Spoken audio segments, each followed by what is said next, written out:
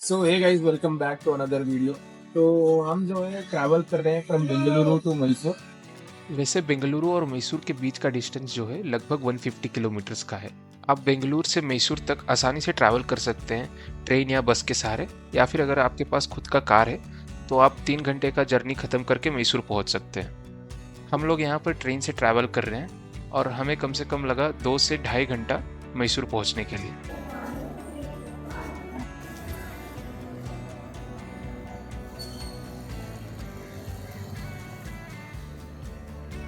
सो अभी हम मैसूर पहुंच चुके हैं। मैंने ऑलरेडी गाड़ी बुक कर रखा है मेरे 2 दिन के ट्रिप के प्लान के लिए। तो जैसे ही गाड़ी आएगा हम यहाँ से जाएंगे और रिजॉर्ट में चेक इन करेंगे। तो मैंने जो है मैसूर घूमने के लिए 2 दिन का ट्रिप प्लान बना रखा है। तो स्टेशन से निकलकर हम लोग डायरेक्ट गए अपने रूम पर। रूम्स चेक इन करते ही बिना कोई टाइम वेस्ट किए हम निकल पड़े घूमने के लिए। तो अपने डे 1 की सबसे पहली जगह जहाँ पे हम आ गए थे घूमने के लिए वो था Mysore palace, which is also one of the most visited tourist place in India. तो हम यहाँ पर मैसूर पैलेस के एंट्रेंस गेट के पास पहुँच चुके हैं।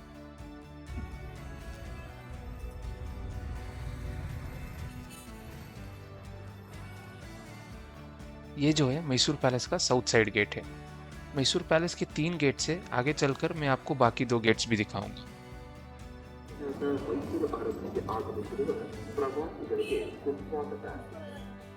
तो यहाँ पर गेट के पास ही आपको टिकट काउंटर मिल जाएगा जहाँ से आपको टिकट खरीदना है, और अडल्ट्स का टिकट का प्राइस था 100 रुपीज़ पर हेड। तो हम लोग यहाँ से आगे बढ़े और हमने लिया इस गेट से एंट्री। सिक्योरिटी चेकिंग कंप्लीट करके हम अंदर आए। अंदर आते ही सबसे पहले आपको राइट साइड में वराह स्वामी, जो कि भगवान विष्णु के एक अवतार थे, उनका मंदिर मिल जाएगा, और उसके जस्ट सामने आपको सुंदर सा पैलेस दिखेगा। मैसूर पैलेस, जो कि अंबा विलास पैलेस के नाम से भी जाना जाता है। मैं इसके बारे में एक हिस्टोरिकल स्टोरी आप लोगों को बताता हूँ। पहले जो यहाँ पर पैलेस था वो पूरी तरह से सैंडलवुड से बना था। पूरी तरह से लकड़ी से बनने के कारण इन 1897 एक शादी के दौरान पूरे पैलेस में आग लग चुकी थी और पूरा पैलेस जलकर राख हो चुका था। उसके बाद इन 1897 महाराजा कृष्ण राजा वोडेयार ने नया पैलेस बनाने का काम एक ब्रिटिश आर्किटेक्ट हेनरी इरविन को दिया, और 15 साल के मेहनत के बाद इन 1912 मैसूर पैलेस का कंस्ट्रक्शन पूरी तरह से कंप्लीट हुआ। और जो मैसूर पैलेस का आर्किटेक्चर है वो इंडो सार्सनिक आर्किटेक्चर है, which is a blend of Hindu, Mughal, राजपूती एंड गोथिक स्टाइल्स। आपको बाहर से ही देखकर थोड़ा बहुत समझ में आ रहा होगा, जैसे कि अगर ऊपर का आप डोम देखेंगे वो मुगल स्टाइल का है, और यहाँ पे कई सारी खिड़कियाँ हैं जो कि राजस्थानी स्टाइल के हैं। इस पैलेस के जस्ट सामने आपको इसका मेन एंट्रेंस दिखेगा, जो कि इसका मेन गेट है, और इस गेट का नाम जो है जय मार्तंडा गेट है। ये गेट जो है हमेशा क्लोज रहता है, ओनली ड्यूरिंग दशहरा या फिर वीआईपी लोगों के लिए ये गेट खोला जाता है।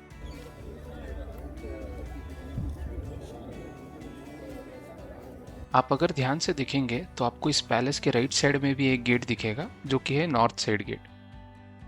तो हम लोग यहाँ से आगे बढ़ते हैं पैलेस के एंट्री के लिए।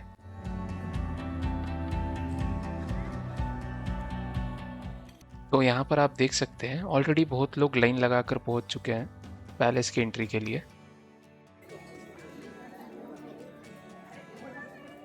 पैलेस एंटर करने से पहले आप लोगों को अपने चप्पल और जूते निकाल कर देने पड़ेंगे। अपने जूते निकालने के बाद हम लोगों ने पैलेस एंटर किया। पैलेस एंटर करके जैसे ही हम कुछ कदम चल कर जाते हैं, हमें सबसे पहली चीज़ जो दिखती है वो है पैलेस का पुराना मॉडल और उसके बगल में चामुंडेश्वरी देवी का मूर्ति जो कि दुर्गा माँ का एक अवतार है।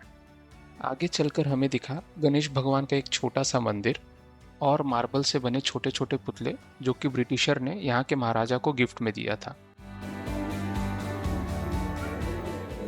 फिर आप जैसे ही चलकर आगे जाएंगे, सबसे पहली चीज जो आपको देखने को मिलेगा वो है एक सुंदर सा ऑक्टागोनल शेप मैरिज हॉल। इस हॉल को बेसिकली रॉयल वेडिंग्स के लिए यूज करते हैं और आज भी राजा लोगों का शादी इसी हॉल में होता है।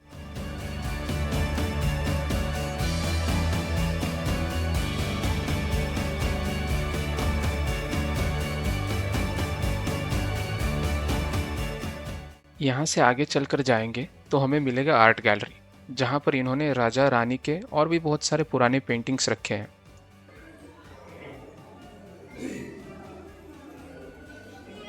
आप यहाँ पर देख सकते हैं कि बहुत सारे पेंटिंग्स हैं और यहाँ पर महाराज कृष्ण राजा वोडेयार जी का भी पेंटिंग है जिनके राज्य में ये पैलेस बनाया गया है।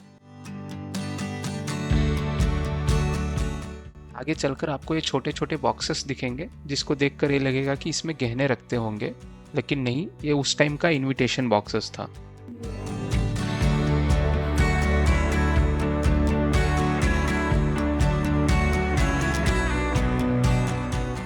इस कमरे से बाहर आकर जैसे ही हम लोग थोड़ी दूर आगे गए तो हमें इन खिड़कियों से दिखता है यहाँ का बहुत बड़ा आंगन।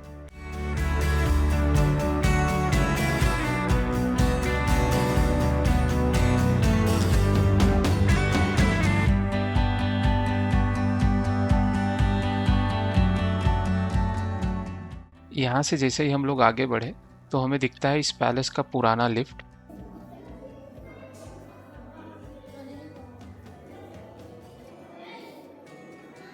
इसके बाद जैसे ही आप लोग आगे बढ़ेंगे तो सामने वाले कमरे में आपको चांदी की कुर्सी और हाथी के दांतों का बना हुआ फ्रेम दिखेगा। और बस यही नहीं, चांदी के ड्रेसिंग टेबल भी आपको दिखेंगे। इस कमरे का सीलिंग भी आप देख सकते हैं जो कि टीक वुड से बना है।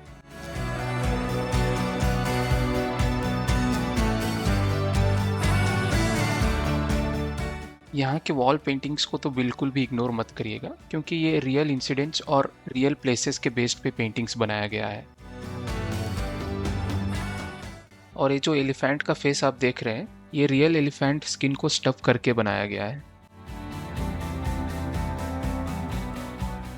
और यहाँ पर आप जितने भी तोपों को देख रहे हो, इनका इस्तेमाल आज भी किया जाता है दशहरे के मौके पे सैल्यूटेशन पर्पस के लिए। यहाँ पर आगे चलकर आपको एक सोने से बना अंबारी दिखेगा जिसको इंग्लिश में हावड़ा करके बुलाते हैं। इसमें 80 किलो सोने का और बाकी लकड़ी का इस्तेमाल किया गया है। आज भी दशहरे के टाइम इसको हाथी के ऊपर रखकर इसमें चामुंडेश्वरी देवी जी को बिठाते हैं। यहाँ पर स्टेयर्स के कॉर्नर साइड्स पे और भी बहुत सारे जगहों पे आपको बड़े बड़े और पुराने मिरर्स दिख जाएंगे। सीढ़ियाँ चढ़कर हम लोग एक फ्लोर ऊपर आए और सबसे पहली चीज जो हमें दिखी वो था कृष्ण राजा वोडेयार जी का स्टैचू। यहाँ पर हम पहुंच गए पैलेस के दरबार में, जहाँ पर बैठक और सुनवाई हुआ करती थी। यहाँ का आर्किटेक्चर बहुत ही ज्यादा खूबसूरत था और यहाँ के कलर और स्टोन कॉम्बिनेशंस भी बहुत ही ज्यादा सुंदर थे। यहाँ पर आप देख सकते हैं आम जनता लोगों को बैठने के लिए भी इन्होंने जगह बना रखा था।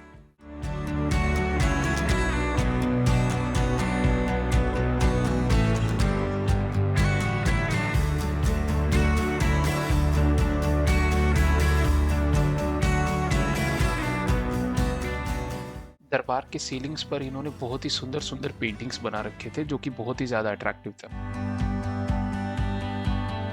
और ये जहाँ पे हम खड़े हैं ये पैलेस के सामने वाले हिस्से में आता है। आप यहाँ से देख सकते हैं पैलेस का मेन एंट्रेंस जो कि ईस्ट फेसिंग गेट है। दरबार के ऊपर वाले हिस्से में भी आप खड़े होने के लिए और बैठने के लिए जगह देख सकते हैं जो कि रॉयल फैमिली के अदर मेंबर्स के लिए है।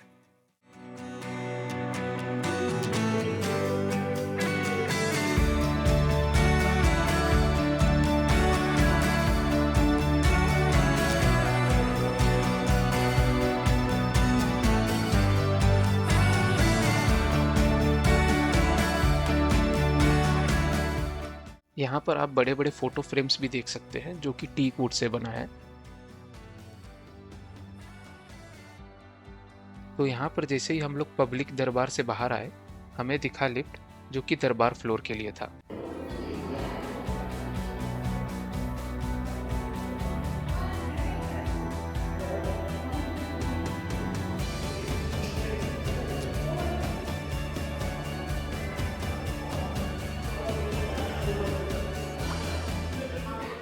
तो जैसे ही हम लोग आगे बढ़े, हमें मिलता है प्राइवेट दरबार। तो यहाँ पर जो है राजा महाराजा लोग अपने पर्सनल मीटिंग हेल्ड किया करते थे।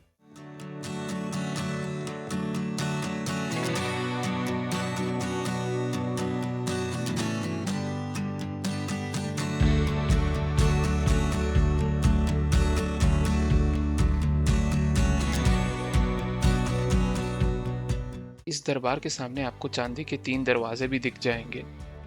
महाराजा लोग इसी चांदी के दरवाजे के थ्रू एंट्री लिया करते थे दरबार में।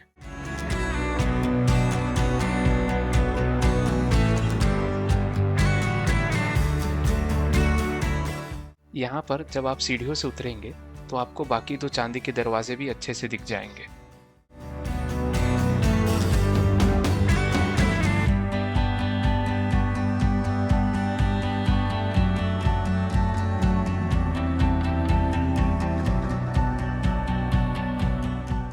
यहाँ से जो है हमारे पैलेस का टूर कंप्लीट होता है और हम लोगों को स्टेयरकेस से यहाँ पर एग्जिट करना होगा। तो यहाँ पर जैसे ही आप लोग नीचे उतरेंगे, आपको एक और चीज़ मिल जाएगी देखने के लिए, वो है हाथियों का आभूषण। तो ये ऑर्नामेंट्स आज भी दशहरे के टाइम निकाला जाता है हाथियों को सजाने के लिए।